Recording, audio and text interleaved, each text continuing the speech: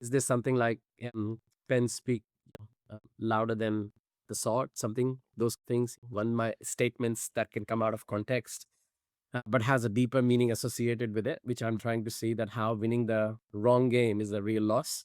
And I think it's quite interesting if I see that.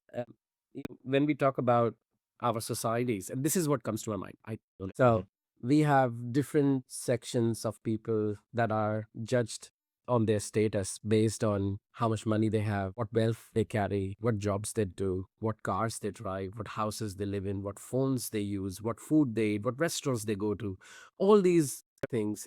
And we can see, if I look at from a very generalized lens, and if we put these people together, our mind judge them based on how they wear the clothes. Okay.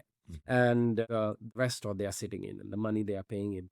So if I go and talk to them, which I have to a few people, they are as stressed, as in problems, as stuck, as thinking about growing, still thinking they have not done enough, still feeling the miseries of every day, still finding themselves entangled in the day to day struggles. And then if I go to people who are at bare minimum or who are trying to develop their life to a certain level, no competition, but at certain level, and I go and they feel the same.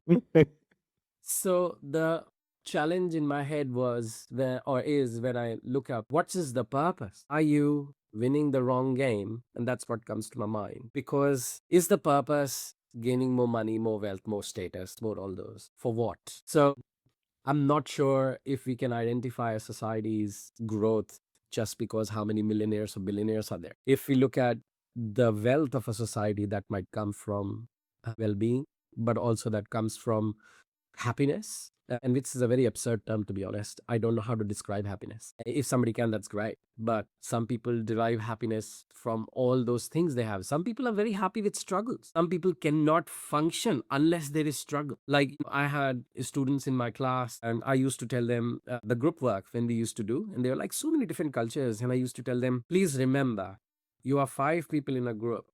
There are certain people who start their work towards an assignment on day one when it's given. And then there are certain people who will start working 3 days before the deadline. There is no right and wrong. The challenge is how you all five work in a manner that you all understand each other's ways of working so you can complement when they're gonna start, when they're not gonna start. Otherwise, you're gonna have a tussle and you have this view of why you're not starting or why you're starting so early and all those.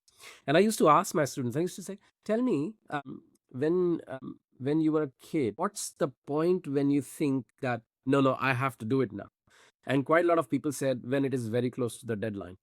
I cannot really work if it's like 2 months in deadline. I can't, my mind what doesn't work like this. Some people will thrive under pressure. So, what I'm trying to say is there is no one way to determine the wrong game that I'm winning because I'm unsure that if I have won yet. So, I'm not sure if there is a finish line to this. And that is why we keep running. And we are moving in a direction, I think, but we don't know where the finish line is. So, Usain Bolt runs 100 meters at full pace and then he will stop after the finish line. So he can give all his energy to that first 9, 10 seconds or less seconds that he takes. After that, he'll cool off.